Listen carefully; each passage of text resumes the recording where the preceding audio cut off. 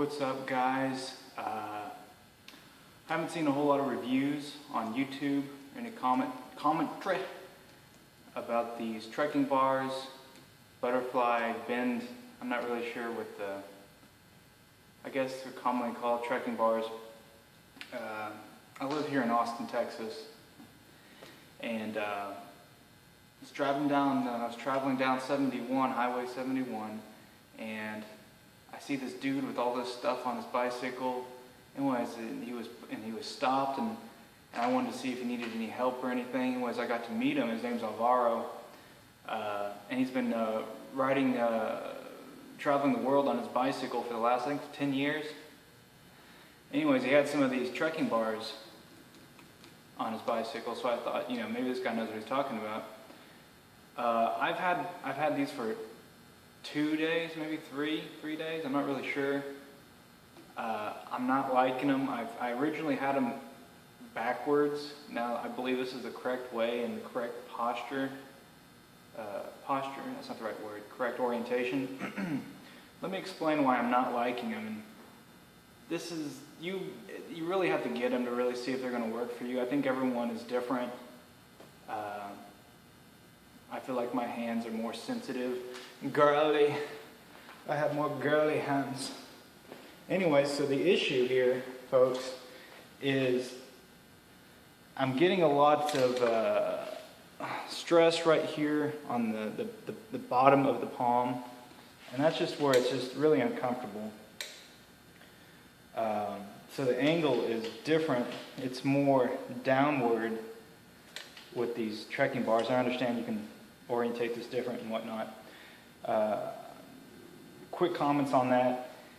I originally had this piece over here, okay, and this part where this is, which allowed a really upright posture and then a real stretch.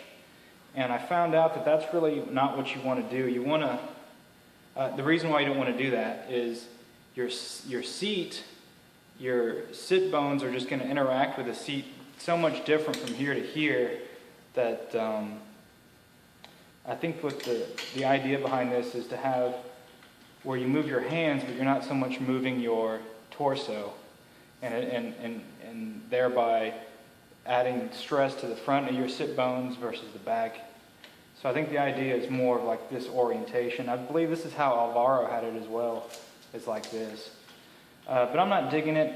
The angle is more acute, and it seems a bit more weight on the hands.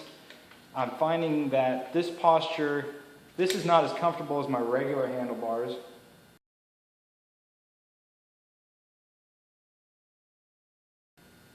So this is your primary, and so switching from here to here isn't a whole lot of variance as much as you would think it is.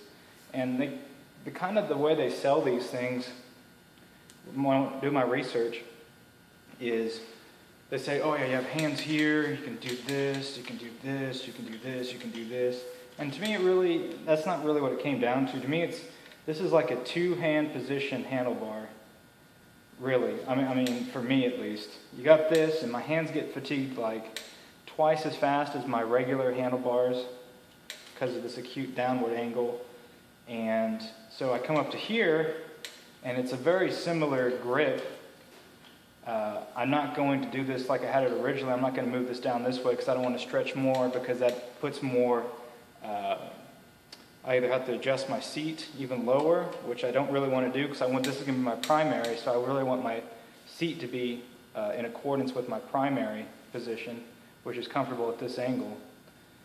I forgot my point. So I really feel like there's, I feel like there's really only two hand positions with this handlebar, this and this.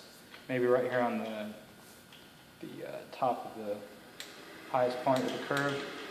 And that's really it. I mean, I'm not really seeing this as, you can do this and you can do this. Maybe it's my hands are really weak. I don't really know.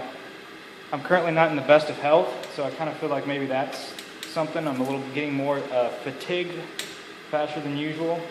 So that's my input, guys, on these trekking bars. I don't think they're, useless. I think people with really strong hands would really probably do well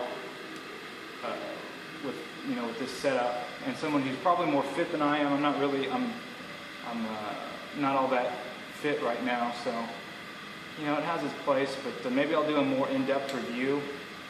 But right now, I'm just wanting to take these off and just do a little riding here at night. So, okay.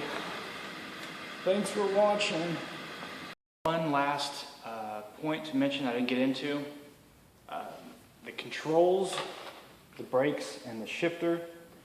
I originally had the handlebars in this way, and I didn't try it, but I don't believe you can get a shifter mainly. I don't believe you can get the shifter or even really the brakes, but I don't think you can get them around this curve. So I think you're limited to your controls to be on these ends. So you have to keep that in mind. In my experience, having in this direction, this orientation, this was the most comfortable posture. And because of that, I didn't have access to the brakes. And there were one or two instances where I felt almost wrecked, just uneasiness, because it took me, just a split second to get to the brakes, and that, caused me to be, whoa, almost wrecked. So that's something good to keep in mind with this style of handle.